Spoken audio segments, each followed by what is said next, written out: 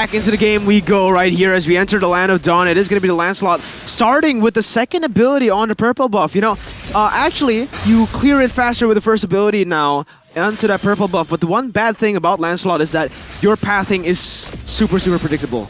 You can only start on the purple buff, because if you start on the orange buff, you won't have enough mana to go for the whole camp. So again, very predictable. That's why Evos Legends can instantly just start from the bottom side and take a little Wanderer, but already a little bit of damage placed right here as Facehugger has the range and basically damage advantage right here against that Claude in the early game. So I think Anti-Mage here is doing pretty okay as the laning phase is going. But again, you see Aura Fire making space around the map, but not really punishing the fact that there's a marksman in the mid lane. So I don't know what options you have in that endeavor, but I think as once level 4 comes around, Facehugger will make a play with the real-world manipulation for sure. Ooh, look at that. The lethal counter comes in. Chung's Facehugger really low. That's a little Wanderer taken away by High, taking it away from the side of Evos Legends right there. As, again, both junglers don't want to really meet up against each other. They want to wait and farm onto their power spikes before they look for anything aggressive, but in the top side, Kabuki will actually be able to shove the waves faster here, and Clover makes a really good move, moves really good right there in the top side to kind of deny that wave cut from the side of Benedetta. I think Furzik can play a bit more aggressive. It is an assassin against a fighter matchup, so perhaps he can actually be a bit more aggressive in the situation. But again, we talked about how Anti-Mage was put on a simple hero, and here Furzik is also put on a rather simple character. So whether it is, favors them a lot, we'll have to see. But now the first turtle seems to be contested by Aura Fire. We'll see if Evos makes any aggressive moves. Oh, but look at that. Anti-Mage going to be in the midst of everything, going to get caught out, and the first blood will be taken away by Godiva. Real world manipulation has been placed. The final blow all the way to secure the kill as Clover goes in, but is instantly going to be bursted down. The Demonic Force will not be able to do anything. But wait a minute, the Demonic Force will pick up a single kill before he goes down. Actually, no one was taken down. Clover, I thought for a minute he was able to outplay there, but no, Aura Fire picks up 3 for the price of none. Yep, a very aggressive play coming in, and it actually pays off for them. So now we'll have to see what they do with the advantage that they have gained from that very exciting play.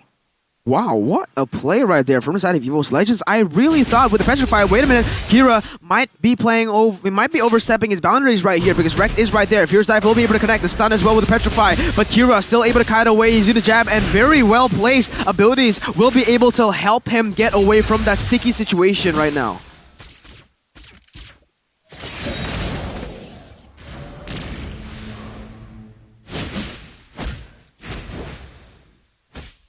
For sure, and now Kira, with the man advantage in the bottom side, will choose to cut the waves of Anti-Mage. They might be looking for a dive right now with a full wave coming in. Godiva will be the one tanking it up, but look at that Black Dragon form and the Heart Guard instantly coming through to save Anti-Mage's life in the bottom side, and will basically waste that rotation from the side of Aura Fire as Evos Legends are looking to make a play in the top side as well.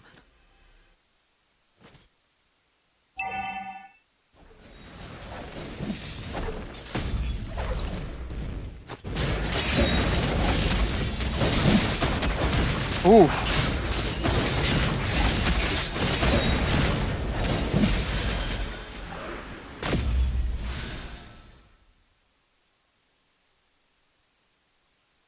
Absolutely in one now, trying to clear the wave in the top side. Will actually swap with Clover for a bit, but remember, because of the swaps right now, Kabuki actually, wait a minute, real world manipulation, and that's going to be the last swap, picking up the kill with the help of that real world manipulation in the mid side. That's going to be one taken down, but on the bottom side as well, Kira almost picks up a kill onto Furzik, uses a little counter, but it is going to be the turtle picked up for the side of Aura Fire, so 2 turtles to their name right now with a 4-0 score. We might be wrong about the draft, boys, because Aura Fire are completely stomping Evos Legends right here. Yeah, completely stomping. It seems like High is actually doing really well on this Lancelot. Although it is still sitting at a 0-0-3, it still does have a lot of impact here with almost a 100% kill participation. But as you can see here in the mid side, it seems like both teams are just trying to clear the wave, essentially, but it seems like Fierce is caught in Infatuation, Heart Guard there to be able to back him up, but unfortunately it's Kira that actually gets caught really low, but look at the damage coming in from Facehugger, and unfortunately he's caught in Infatuation with Godiva being able to flank, and Fierce will he be able to escape as Godiva looks for a play, but unfortunately unfortunately, he does still get away, but no! Real world manipulation comes into clutch as it will be him going down as well as Godiva. So still trade after trade as Anti-Mage is the next target. Facehugger's in the midst, and the Facehugger damage is just too much, and that is a 2-for-0 trade as of right now. But oh my god, in the top side, Kabuki instead is caught in a 2 versus 1 situation, and unfortunately he will be the next one to go down. 2 for 1 on the board for the side of Evos Legends right there. Aurafire picks up another favorable trade and pushes themselves to a 1,000 gold lead. And look at this, Aurafire already trying to do some damage, trying to invade the jungle of Evos Legends. And now this is going to be the question, alright? Evos Legends, can they withstand the damage? Going to Phantom Execution will connect. I'm afraid it does not quite connect, and that's still going to be Clover running away from the 2v1 without a scratch whatsoever. But Aurafire, they need to be able to use this. But wait a minute, first it goes in, lethal counter, shut him down. But look at this, instantly the response coming from Aurafire to rotate to the top side. Blazes deals so much damage, and that's actually Firstick picking up the double kill. Phantom Execution to run away as Evos Legends are keeping the pace. They're looking for more right now as they're trying to buy time, trying to waste some time to be able to clear the waves once again and maybe look for a siege in the top side. Yeah, not favorable for the side of Aurafire, as it seems like Evos Legends are actually catching up in terms of gold. But look at here, it seems like Kabuki is caught in a 1v1 situation with Rex, and honestly, Rex being the support hero that he is, being that Angela, he's just doing so much damage as well as utility and impact for his team, and that's just something that we need to look out for going into the later stages of the game. But look at this, it seems like Kabuki instead is caught in a bad situation in 3v1 as Kabuki gets shot down there, slain by Clover, the man himself.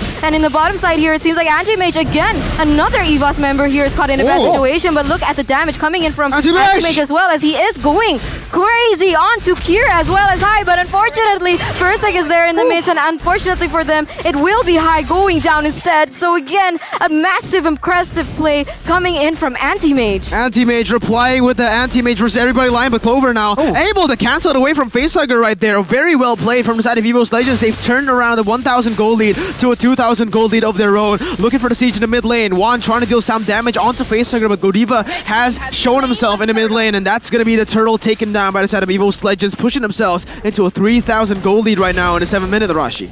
Yep, and I think again, they're actually getting more momentum now, and I think Juan already got so much value now. He's level 10, while Facehugger is level 8, so he's an advantage. Looking at the items now, he has already his core items in the Dark Hunter, the Demon Hunter Sword and the Golden Staff, and going for a bit more armor in case High decides to jump on him. But here, Juan makes a big play again. God, not just Anti-Mage versus everybody, but Juan versus everybody with the help of Anti-Mage. Kira gets taken down, and Anti-Mage will be able to pick up the kill. 3,000 gold lead, and Evos Legends have taken control in the 8th minute right now. Aurafire looking for more as Firstick goes in for the 2v1. Not literally everyone is making a fight right now, and they are winning on all fronts. Yeah, I'm getting whiplashed by looking at this game, honestly. So much action everywhere, all across the board, as it seems like Anti-Mage and Clover, are they looking for something right now? But it said it will be Godiva and Rex in the front lines, but Juan goes in as well, being able to take another objective. But look at the damage coming in from Godiva, as Godiva will be the one to be taken down as well. Clover?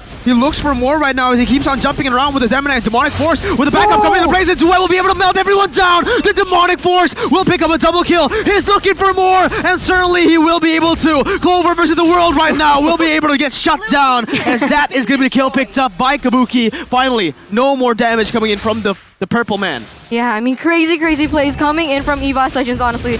And it's gonna... No, it's not gonna stop here. Look at Kira. He gets jumped. Now still Evos roaring their way to victory. 5,000 gold lead for now, living by Mandiri Cam right there for the Lord Cam, as you can see. And Evos Legends, they had the pressure to compete, to maybe take it without any contest. Yep, and you see Juan earlier took a full combo rotation from Kira, and it did barely anything because again, he already itemized for armor and he has an Amphicritus at this point, so it's up to Facehugger, basically Facehugger to try and do enough damage to try and pick him off, so he has the opportunity to just go into the Blazing Duet into the majority of the members of Aurafire right now. Oh, but look at that, Firstick goes in for the lethal counter, will be able to finish him off as Clover jumps in with the demonic force onto Kabuki, still keeps on following him right now, as they are just going to be able to get the kill and get the Lord right now. Evos Legends with the pressure as Aurafire are just scrambling for pieces, scrambling for gold all across the map. They can't even look for trades because they do not have any lanes to push up. Mirko, Arashi, honestly, this is very hard to watch. Aurafire is scattered. Aurafire is scrambled into pieces, like Mirko mentioned earlier. And they don't have an answer to what Evos Legends is giving them on a silver platter. And I mean, look at this. Kira trying to do what he can, but unfortunately just isn't doing enough damage to any members of Evos Legends. And it seems like Evos Legends are just winning all across the board. Kabuki trying to do what he can, but will not be able to do anything as of right now, as Fursic is actually following him around. But unfortunately for him, Fursic actually might be caught in a bad situation, that it will be Fursic going down in a 2v1 situation. So, one man down. Will this Lord actually amount to anything? Huge mistake by Evos Legends right there, losing one member, and the top side is being pushed away. Oh, no. It's gonna be the base race. Look at this. Evos Legends are not able to get anything more done. It might be Benedetta like completely just getting the inhibitor turret and getting a worth trade right now. As Clover jumps in with the demonic force, High will be able to bait him away, as that's gonna be a 1-for-1 trade. Even though Evos have gotten the inhibitor turret and the Lord, it is still Kabuki able to get something on the map. Even though he didn't get the inhibitor turret, that damage will play a huge factor later on. Yeah, honestly, that backdoor came right into clutch. Perfect timing, as Evos Legends were unable to push this anywhere further. And it seems like Kabuki will actually be able to escape after that maneuver with his life. So really good coordination coming in from Aurafire, honestly, buying themselves a bit more time to maybe recuperate and reevaluate about their winning conditions here.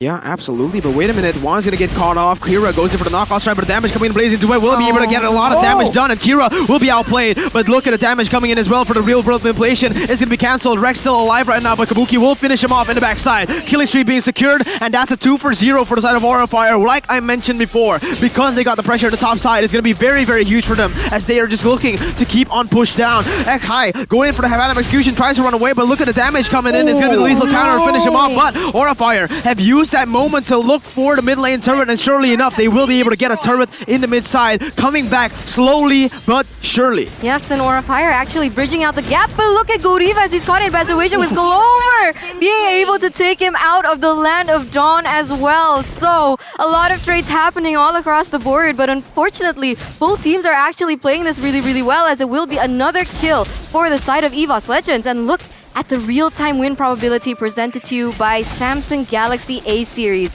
65% for the side of Evos Legends. 65% to 35% right now, as Clover is just zoning the enemy team away. Tries to freeze the wave, but Anti-Mage comes in to clear it. And Evos might just look for a 3-side push, for a 3-lane push, maybe into the base and maybe to end the game. Because sure, Aurafire does have pretty good wave clear with Benedetta, Lancelot, and Eve, but Evos Legends can simply just team fight them under the base, and they actually might win this. But wait a minute, Facehugger goes in onto Juan. A lot of damage has been placed. Kabuki goes in. Real world manipulation will be able to thirst him down. But Juan goes over blazing into wet, tries to turn the event, but it's gonna be Clover taken really low. He goes over to the demonic force, still able to kite and sustain away, and that's gonna be Kabuki taken very low and taken down right now. But eye for an eye will be able to catch him down. Clover not in range to get the demonic force, and that's gonna be Kabuki running away. A 2-for-1 right now, but in favor of Evos Legends. Yes, in favor of Evos Legends indeed, as it will be Rex as well as Anti-Mage putting the pressure there towards the mid lane. But look at this! It doesn't seem like Kabuki will be able to escape, or will he? With Clover as well as Fursic in the midst, will he actually be able to outmaneuver and outclass the members of Evos Legends? Because that would just be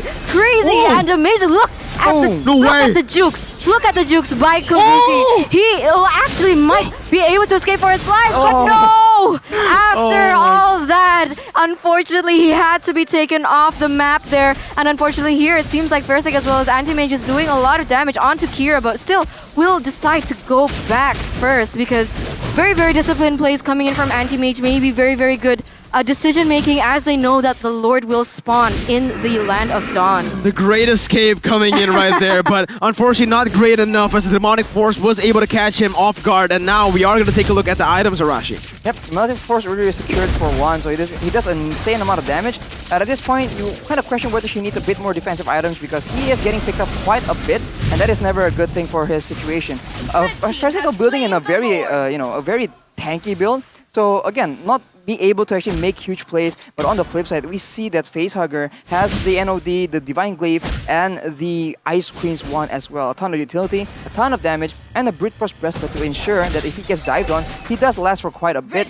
And this will come down to execution, because people are catching up. I think Aura is now not as behind as you would think, but in that late game, the composition with more advantage is the side of Evos Legends. And now with the Lord coming in, they might go for a huge combo fight and see if they can end the game off that. Absolutely, Anti-Mage goes in again onto Kira, dives for the Furious Dive. Actually, Kira will look to fight this right now. With Fersic coming in from the backside, Kira needs to be able to run away right now. Goes in for the knockout strike onto Fersic, tries to get away again as Anti-Mage will just keep on chasing him down. With the Lord now marching down in the mid lane, and it's going to be Clover doing a lot of damage, and the Demonic Force is actually available for him, but he will not choose to go forward. It's going to be Godiva using I'm Offended onto Clover. Demonic Force has been popped by Clover to deal some damage, but the real world inflation engage coming in is going to be doing a lot of damage, but Juan goes over the blaze into wet and bursts everyone down. He's still able to bounce around, and that's going to be be the target, and the base will fall, and that's going to be Evos just taking the lead in the series.